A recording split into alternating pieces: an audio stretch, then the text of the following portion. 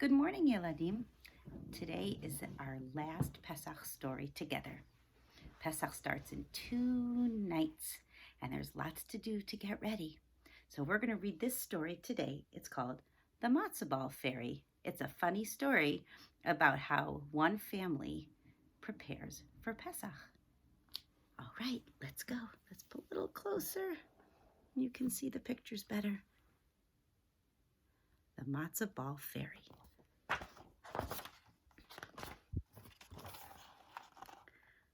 One by one, Frida Pinsky dropped her matzo balls into the big pot of chicken soup.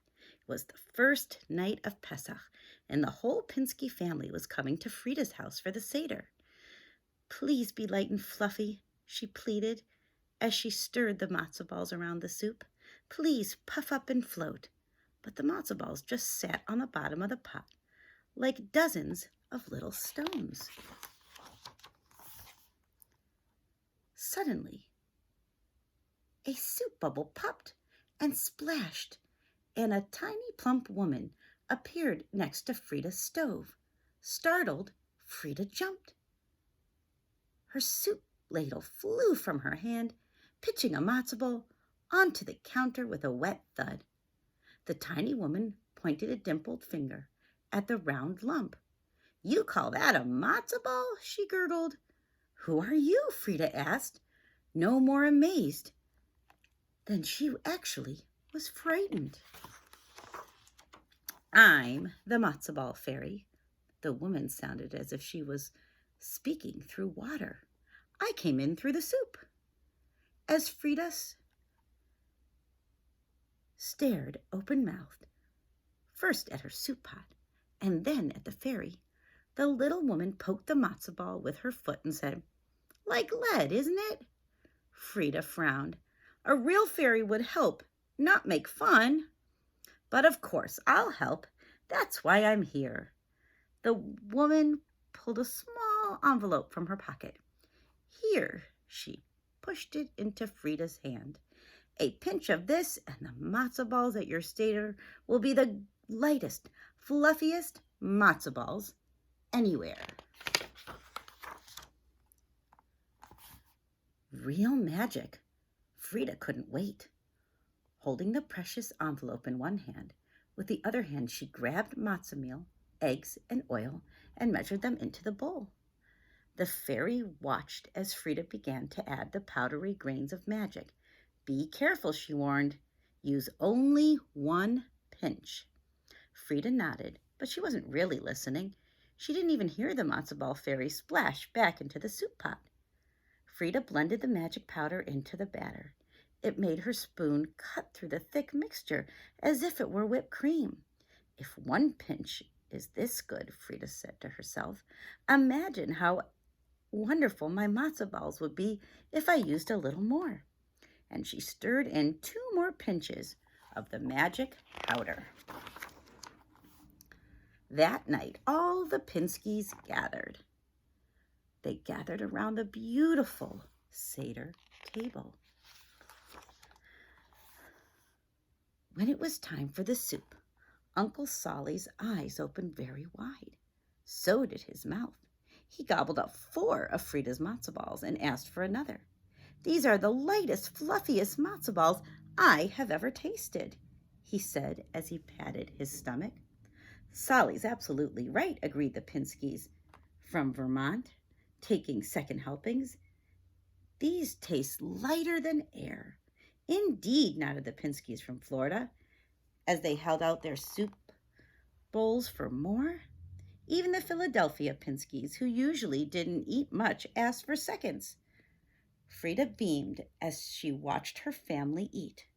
But then something very odd happened. Uncle Solly began to rise. At first it was only an inch or so, but soon he was hovering over the dining room table like a plump helicopter. "Get me down!" he shouted. The Vermont Pinskys grabbed at his legs, but instead of pulling him down, they began to float up too. As they circled the chandelier, the Florida Pinskies squealed loudly, joining them. "What's going on?" Uncle Daniel asked as he bounced gently along the ceiling. "It's those matzo balls," Uncle Solly said. "They were too light and fluffy." "And yes, you ate too many of them," his wife scolded. Having eaten only one, she was floating only a couple of feet off the floor.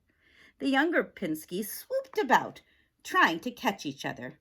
"This is fun," they shrieked as they flew down the hall. "Get down this instant," their parents ordered. But it was hopeless. The whole family was floating around Frida's house as if they were matzo balls in a pot of chicken soup.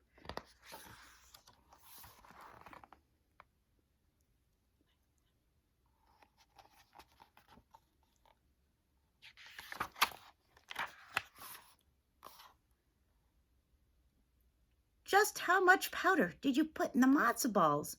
a gurgly voice whispered in Frida's ear. "Oh, thank heavens you're here," Frida called. "Help us. How can I get everyone back down?" The fairy chewed her lip as she considered the problem. "They are floating," she explained, "because they are eating something lighter than air. To come down, they have to eat something heavy." She looked around the kitchen. Her eyes lit up when she saw a pan filled with Frida's potato kugel. "There's your answer," she said, pointing to the pan. "Your potato kugel will do it. Give everyone a little of that, and they will come down." Frida cut the kugel into pieces, one for each floating Pinsky in the house. She dragged her kitchen stool into the dining room, stood upon it like a traffic officer, and as her relatives floated past, she handed them the kugel. It worked. One bite of kugel, and each flying Pinsky bumped back to the ground.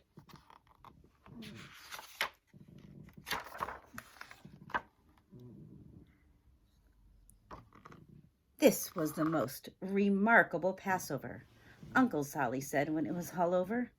"Tell me, what did you put in those matzo balls?" Everyone listened as Frida told them about her visit from the matzo ball fairy. When she finished, Frida looked around at her astonished family and said, "I didn't mean to cause all this trouble. Just wanted to make light, fluffy matzo balls." "Why didn't you ask me?" Grandmother Pinsky asked from the big armchair. "I taught everyone in the family to make matzo balls, and I would have taught you too." "Oh," said Frida, "it's not too late. Come see me tomorrow. Together we'll make matzo balls like magic." But without magic. And they did. And that is the end of our matzo ball fairy story. I hope you guys have a wonderful Pesach and enjoy with your family. And I can't wait to see you and Zoom with you after Pesach.